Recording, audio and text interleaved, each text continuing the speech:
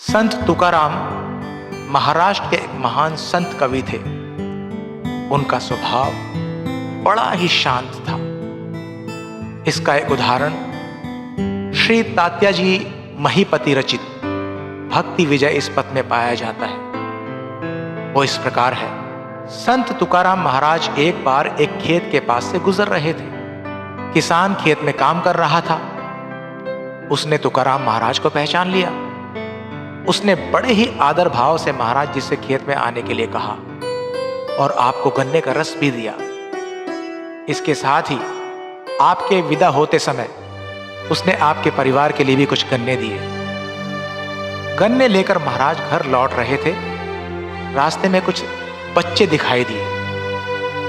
महाराज ने वे सभी गन्ने उन बच्चों में बांट दिए। एक ही गन्ना लिया और आप घर पहुंचे।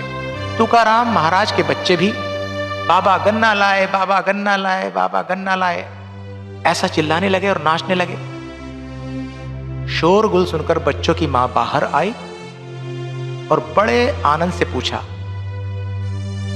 आप गन्ना लाए?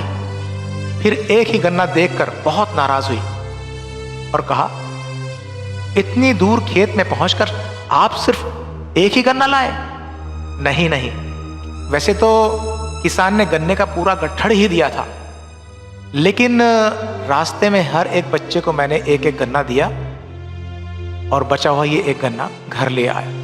महाराज जी की पत्नी जीजाई को जब ये पता चला तो वो बहुत नाराज हुई। वह महाराज के साथ झगड़ने लगी। महाराज तो शांत थे। आखिर गुस्से में जीजाई ने वही गन्ना महाराज की पीठ पर फेंक मारा। उसके 3 टुकड़े हो गए। फिर भी महाराज नाराज नहीं हुए और उन्होंने कहा, अच्छा हुआ, इस गन्ने के 3 टुकड़े हो गए। अब एक हिस्सा तुम्हारा और एक एक दोनों बच्चों का। महाराज को ऐसा शांत देखकर जीजाई शांत हुई। अपने पति के साथ झगड़ने पर उन्हें बहुत पछतावा हुआ। उन्होंने महाराज से क्षमा मांगी। संत तुकाराम सहिष्णुता की मानो प्रतिमूर्ति ही थे। कुछ लेने के बजाय देने में मिलने वाले आनंद की अनुभूति पाने वाले। यही तो आपका भाव एवं श्रद्धा थी। संत तुकाराम की ख्याति सुनकर छत्रपति शिवाजी महाराज ने अपने सेवकों के हाथों आपके लिए मशाल, छत्र, घोड़े, रत्न भेजे।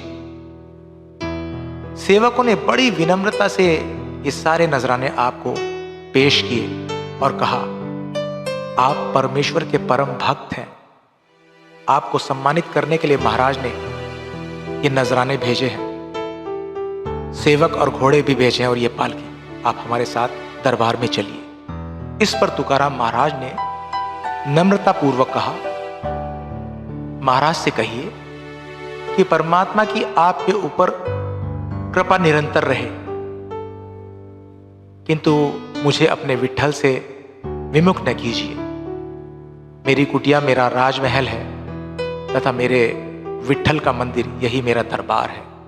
संत तुकाराम का ऐसा निर्लोभी रूप देखकर शिवाजी महाराज अभिभावित हुए और आप स्वयं आभूषण वस्त्र लेकर देहू गांव में पहुंचे। लेकिन संत तुकाराम महाराज ने उनका वो नजराना लेने से बड़ी विनम्रता पूर्वक इनकार कर दिया। किसी से उधार मांगना, भीख मांगना अपनी प्रतिष्ठा खोना है। बढ़िया साफ कारोबार करके धन संग्रह करना चाहिए।